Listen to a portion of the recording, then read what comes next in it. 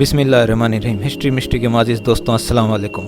आज हम जिस टॉपिक के बारे में बात करेंगे वो वर्ल्ड वार 2 के बारे में है। जी हाँ, वर्ल्ड वार 2 में कहा जाता है नाजी जर्मनी ने एक ऐसी मशीन की ईजाद की थी जिसे के देख के आज के साइंटिस्ट भी अचंभा रह जाते हैं और आज भी इसकी खोजबीन जारी है। जी हाँ, डायग्लॉक के बारे में माना जाता है कि नाजियों ने एक नाजी बेल बनाया था जो कहा जाता है कि हिटलर का एक सीक्रेट वेपन था। उस वेपन के बारे में इतना कहा जाता है कि वो एक टाइम मशीन था और कई वैज्ञानिकों का मानना है कि वो एक यूएफओ भी हो सकता है और कई कॉन्स्पिरेसी थ्योरिस्ट का ये मानना है कि हिटलर ने उसे यूएफओ एलियंस के साथ मिलकर उस नाजी बेल को बनाया था। कहा जाता है कि नाजी बेल एक एंटी ग्रेविटी वेपन था जो कि हवा में तैर सकता था और कई कॉन्स्पिरेसी थ्योरिस्ट और कई वैज्ञानिकों का ये मानना था कि हो ना हो हिटलर ने उसे एलियंस के साथ मिलकर ही बनाया होगा, क्योंकि ऐसे कई वैज्ञानिकों का इस दावा था कि इस तरह की चीज़ें उस ज़माने में बनाना लगभग नामुमकिन थी, क्योंकि एक नाजी बेल को टाइम मशीन की दौर पे भी देखा जाता है और नाजी बेल को किस काम के लिए लाया गया था ये तो अभी तक साइंटिस्ट पता लगाने में जुटे हुए हैं। लेकिन माना जाता है कि नाजी बेल एक उस वक्त के दौर में बहुत ही अति आधुनिक टेक्नोलॉजी था जिसे हिटलर ने ईजाद कर लिया था और इतना खतरनाक वेपन था कि उसके बारे में ये कहा जाता है कि उस वेपन के लिए 60 साइंटिस्ट अपनी जानों की कुर्बानी दे चुके थे। माना जाता है कि वर्ल्ड वार 2 के बाद मित्र सेना ने जर्मन के सीक्रेट वेपन्स के बारे में खोजबीन जारी की और उनके हाथ कुछ ऐसे दस्तावेज लगे, ऐसे वेपन्स के दस्तावेज लगे कि मित्र सेना को जिन्होंने अचंभे में डाल दिया। सबसे अचंभा करने वाला उनके लिए डायग्लॉक यानी नाजी बेल था।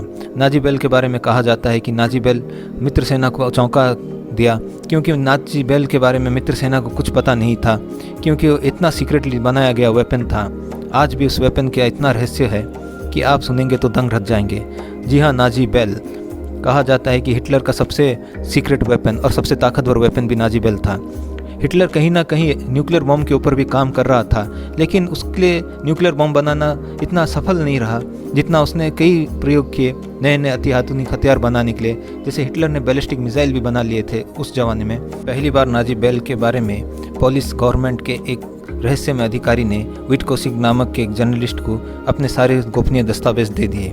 विटकोस्की का ये दावा था कि उन्होंने जब गोपनीय दस्तावेजों को छापने के लिए इजाज़त मांगी तो उस पोलैंड के जो अधिकारी थे उन्होंने उसके मना किया कि ये दस्तावेज छापे नहीं जाने चाहिए, क्योंकि ये वर्ल्ड वार 2 के बहुत ही सीक्रेट वेपन्स के बारे में थे, यानी नाजी बेल के बारे में। माना जाता है कि विटकोस्की ने इसके बारे में बहुत छानबीन की और विटकोस्की को कुछ ऐसे तथ्य हाथ लगे जो कि विटकोस्की को भी चौंका दिया। विटकोस्की के बयानों को कभी भी सीरियसली नहीं लिया गया था और कोई महत्व नहीं दिया जाता था। लेकिन 2001 में एक बुक प्रकाशित हुई थी निक कुक के द्वारा जिसका नाम था the Hunt for the zero point.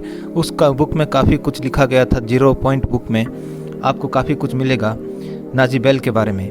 इस बुक का पूरा डिटेल दिया गया था कि नाजी बेल किस तरह से वर्क करता था और किस तरह से नाजी बेल का कार्य था। सारी बातें इस बुक में लिखी गई थी। विटकोस्की का यहाँ तक दावा था कि ब्रिटिश सेना ने एक हाई रैंकिंग नाजी ऑफिसर को गिरफ्तार कर लिया था जिसका नाम जैकब स्पार्नबर्ग है। उन्होंने काफ़ी खुलासे किए थे नाजी बेल के बारे में। उन्होंने कहा था कि नाजी बेल को चेक बॉर्डर के पास बनाया गया था और वहीं पे उसे तैयार करने की योजना थी। माना जाता है कि नाजी बेल 12 फुट चौड़े और 15 फुट लंबे थे जिसे सिरामिक कवर में रखा गया था। इस तरह के दस्तावेज भी विटकोस्की के हाथ लगे थे। माना जाता है कि नाजी बेल के अंदर 2 सिलेंडर लगे थे, एक क्लॉकवाइज एक एंटी क्लॉकवाइज घूमते थे और उसके अंदर बैगनी कलर के मरकरी की तरह धातु थे। ऐसा माना जाता है कि नाजी बेल में जो बैगनी कलर के धातु थे, जब नाजी बेल घूमता था उसके आसपास खड़े हुए किसी भी जीव जंतु और किसी भी लोगों को अपने तरफ खींच लेता और उसे मार देता, किसी भी लोगों की मौत हो जाती। इस तरह से कहा जाता है। ये सच है या मिथक ये तो कह पाना मुश्किल है। माना जाता है कि नाजी बेल में बहुत ही रहस्यमय सीरम का इस्तेमाल किया जाता था जिसका नाम था 525 मरकरी टाइप सीरम था। कहा जाता है कि वो serum red mercury type serum था और कहा जाता है कि सीरम इतना पावरफुल था कि उसका कुछ हिस्सा ही 1000 TNT के बराबर था। अगर 1000 TNT के विस्फोट के बराबर था। नाजी बेल एक तरह से इतना हाई वोल्टेज जनरेट करता था उस सीरम की मदद से कि आप सोच भी नहीं सकते। आपका नाजी बेल के बारे में क्या कहना है? आप चाहें तो नाजी बेल के बारे में डिटेल में सारी कहानी पढ़ सकते हैं हमारे डिस्क्रिप्शन में दिए हुए लिंक को प्रेस करके, या फिर आप गूगल में सर्च करके भी नाजी बेल के बारे में डिटेल में पढ़ सकते हैं। आपको ये कहानी कैसी लगी प्लीज़ हमें कमेंट में जरूर लिख के बताएं। इस कहानी को ज़्यादा से ज़्यादा लाइक करें, शेयर करें और बेल आइकन के बटन को प्रेस करके इस चैनल को सब्सक्राइब कर लें। जब आप इस चैनल को सब्सक्राइब करेंगे तो हमारी हौसला अफजाई होगी और हम आप तक ऐसे ही नए इंटरेस्टिंग और इन्फॉर्मेटिव वीडियो लाते रहेंगे। मिलते हैं अगले ही ऐसे मज़ेदार कहानी के साथ। तब तक दीजिए आपके दोस्त को इजाज़त। Thank you.